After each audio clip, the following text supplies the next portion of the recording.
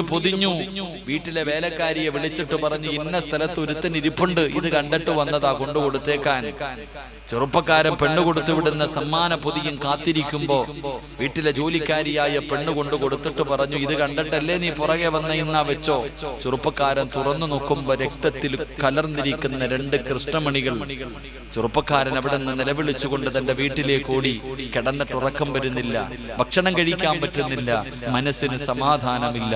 അവസാനം അവിടെ നിന്ന് ആ പെണ്ണിനോട് പൊരുത്തം ചോദിക്കാൻ വേണ്ടി ആ ചെറുപ്പക്കാരൻ തന്റെ വീട് വിട്ട് പെണ്ണിന്റെ വീട് ലക്ഷ്യമാക്കി അവിടെ നിന്ന് നടന്നു. പെണ്ണിന്റെ വീടിന്റെ മുന്നിലേക്ക് ചെല്ലുമ്പോ സുബ്ഹാനല്ലാഹ്, കാണുന്ന കാഴ്ച ആ പെണ്ണിന്റെ മയ്യത്തിങ്ങനെ വെള്ള തുണിയിൽ പൊതിഞ്ഞുകൊണ്ട് പോകുന്ന രംഗവാ. അല്ലാഹുവേ, കണ്ണിന്റെ കൃഷ്ണമണികൾ എടുത്തു കഴിഞ്ഞു. അങ്ങനെ അവിടെ കിടന്ന് രക്തം വാർന്നു വാർന്ന് ആ പെണ്ണു മരിച്ചുപോയി. ആ പെണ്ണിന്റെ മയ്യത്തിങ്ങനെ കൊണ്ടുപോകുന്ന രംഗമാണ് ചെറുപ്പക്കാരൻ കാണുന്നത്. അവന്റെ ഹൃദയത്തിന്റെ ഗതി ഇടിത്തീ പോലെ. ആ പെണ്ണ് ചോദിച്ച ചോദ്യം, അല്ലാഹനെ പേടിയില്ലേടാ, മരിക്കണ്ടേടാ, മരിക്കണ്ടേടാ. എന്റെ പ്രിയപ്പെട്ടവരെ, ആ ഒരൊറ്റ ചോദ്യം ആ ചെറുപ്പക്കാരനെ നന്നാക്കി. ആ ചെറുപ്പക്കാരൻ ആരെന്നറിയുമോ? ലോകമറിയുന്ന പണ്ഡിതനായി പിൽക്കാലത്ത് മാറിയെന്ന ചരിത്രം പഠിപ്പിക്കുന്നു. അതുകൊണ്ട് സഹോദരങ്ങളെ, സഹോദരിമാരെ, തെറ്റുകൾ അവസരങ്ങൾ കിട്ടുമ്പോൾ ആ അവസരങ്ങൾ മുതലാക്കലല്ല, അള്ളാഹുവിനെ പേടിച്ചു പിന്തിരിയലാ വേണ്ടത്.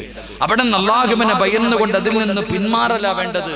അതുകൊണ്ട് എന്റെ ചെറുപ്പക്കാരോട്, സഹോദരങ്ങളോട്, ഇതൊക്കെ തെറ്റാണെന്ന് എനിക്കും അറിയാം, നിങ്ങൾക്കും അറിയാം, എല്ലാവർക്കും അറിയാം ഇത് പാപമാണെന്ന്. എന്നിട്ടും ചെയ്യണില്ലേ?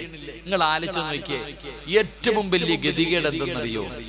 നമ്മൾ എന്തെങ്കിലും തെറ്റ് ചെയ്തുകൊണ്ടിരിക്കുമ്പോ ആരെങ്കിലും ഇപ്പം പാർക്കിലോ ബീച്ചിലോ എവിടെയെങ്കിലും കൊടക്കീടിലിരുന്നിട്ട് ഒരാണും പെണ്ണും എന്തെങ്കിലും ചെയ്തുകൊണ്ടിരിക്കുമ്പോ അവിടെ ജോലിക്ക് നിൽക്കുന്ന ഒരുത്തൻ നടന്നു വന്നാൽ മതി, പെട്ടെന്ന് മാറും. നമ്മൾ എന്തെങ്കിലും ഒരു തെറ്റ് ചെയ്തുകൊണ്ടിരിക്കുന്ന സമയത്ത് ഒരാള് നടന്നു വന്ന അപ്പൊ തന്നെ ആള് വരുന്നു എന്ന് പറഞ്ഞ് പേടിച്ച് നമ്മൾ മാറും. എന്നാ നീ ചിന്തിച്ചു നോക്ക്, കേവലം ഒരു മനുഷ്യൻ വന്നപ്പോ നീ പേടിച്ചു മാറി. അല്ലാഹ് കാണുന്നുണ്ടല്ലോടാ ഇതൊക്കെ. പടച്ചവരിതെല്ലാം കണ്ടോണ്ടിരിക്കല്ലേ? എടാ, അവന് കൊടുത്ത വില പോലും നീ അല്ലാഹ്ക്ക് കൊടുത്തില്ലല്ലോ. കേവലം ഒരു 2 മനസ്സ്, ഒരു 2 കാലുള്ള ജോലിക്ക് നിൽക്കുന്ന, പാർക്കിലും ബീച്ചിലും ജോലിക്ക് നിൽക്കുന്ന ഒരു സ്റ്റാഫിനെ കൊടുത്ത വില പോലും നിന്നെ പടച്ച അല്ലാഹ്ക്ക് നീ കൊടുത്തില്ലല്ലോടാ. ആലോചിച്ച് നോക്കിയേ, രക്ഷപ്പെടുമ്പോ നമുക്ക് എല്ലാവർക്കും അറിയാം ഇത് പാപമാണെന്ന്. എന്നിട്ടും എന്തേ ചെയ്യണേ? നന്നാകാൻ പറ്റണില്ല. ഏത് ചെറുപ്പക്കാരന്റെ മൊബൈൽ എടുത്തു നോക്കിയാലും വഴല്, ഏത് പെണ്ണിന്റെ മൊബൈൽ എടുത്തു നോക്കിയാലും വഴല്. മരണവും കബറും പരലോകവും മഹ്ശറയും എല്ലാത്തിന്റെ മൊബൈലിലും ഉണ്ട്. എന്നിട്ട് എന്തേ നന്നാകാത്ത? തലം മറച്ചിട്ടുണ്ടോ? വഴലിന്റെ സദസ്യം വന്നിരിക്കുന്ന പെണ്ണുങ്ങൾ, അപ്പുറത്തിരിക്കണ പെണ്ണുങ്ങള് എത്ര എണ്ണം തലം മറച്ചിട്ടുണ്ടാകും? നിങ്ങൾ പോയി നോക്കി ആലോചിക്കുക. ഈ ഇരിക്കണ ചെറുപ്പക്കാർക്കറിയാം, എടാ മുടി പടി വെട്ടുന്നത് പോലെ വെട്ടിയ മലക്ക് ശപിക്കൂന്നറിയാത്ത ആരാ ഉള്ളത്? നിങ്ങൾ ചിന്തിക്ക്. ഇതൊക്കെ എല്ലാവർക്കും അറിയാം, എന്നിട്ടും പാപം ചെയ്യുന്നു, നന്നാകാൻ പറ്റുന്നില്ല. കാരണമെന്തേ ഉസ്താദെ? കാരണമെന്തേ? എത്ര നന്മ കേട്ടിട്ടും എനിക്കും നിങ്ങൾക്കും നന്നാകാൻ പറ്റുന്നില്ല. അതിനൊരു കാരണമുണ്ട്. പൗരത്വ ബില്ല് കടന്നു വന്നു, എന്തേ കാരണം? അവന്മാരെ കുറ്റം പറയണ്ട.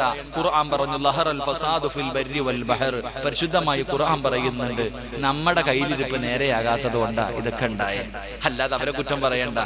നമ്മുടെ കയ്യിലിരിപ്പ് ശരിയാകാത്തത് കൊണ്ടാ. എടാ, തിന്നുന്നത് ഹറാം, നീ നിന്റെ വ്യഭിചാരം ഒന്ന് നിർത്ത്, നീ നിന്റെ പലിശ തീറ്റി ഒന്ന് നിർത്ത്, നീ നിന്റെ കഞ്ചാവടി ഒന്ന് നിർത്ത്, നീ ഒന്ന് പള്ളി കയറിയിട്ട് നിസ്കരിക്കടാ. ഒരുത്തനും നിന്നെ പേടിപ്പിക്കാൻ വരില്ല. പക്ഷെ ഇതെല്ലാവർക്കും അറിയാം, എല്ലാവർക്കും അറിയാം.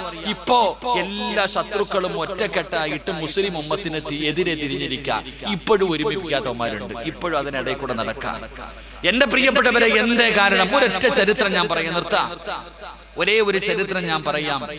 ഇമാം റാസി തങ്ങൾ തന്റെ തഫ്സീറിൽ ഒരു ചരിത്രം പറയുന്നുണ്ട്. 1400 വർഷങ്ങൾക്ക് മുമ്പ് മദീനയുടെ തെരുവിലൂടെ ഒരു പെണ്ണിങ്ങനെ നിലവിളിച്ചുകൊണ്ട് ഓടുകയാണ്. എത്ര നന്മ കേട്ടാലും നന്നാകാൻ തോന്നാത്ത എല്ലാ എണ്ണം കേട്ടോ, ആണായാലും പെണ്ണാണെങ്കിലും. എന്റെ പ്രിയമുള്ളവരെ, ഈ ചരിത്രം നിനക്കൊരു പാഠമാണ്. നീ തന്നെ ചോദിക്കുന്നല്ലോ, എത്ര വാഴ കേട്ടിട്ടും നന്നാകാൻ പറ്റുന്നില്ല. അതിന്റെ കാരണമാണ് പറയുന്നത്. ഇമാം റാസി തങ്ങൾ തന്റെ തഫ്സീറിൽ ചരിത്രം പറയുകയാ. കാനത്തും റഅത്തുന തസീഹു ഫീ സിഖത്തിൽ മദീന. യുവത്വത്തിന്റെ നിലവിലൂടെ നടന്നു പോകുന്ന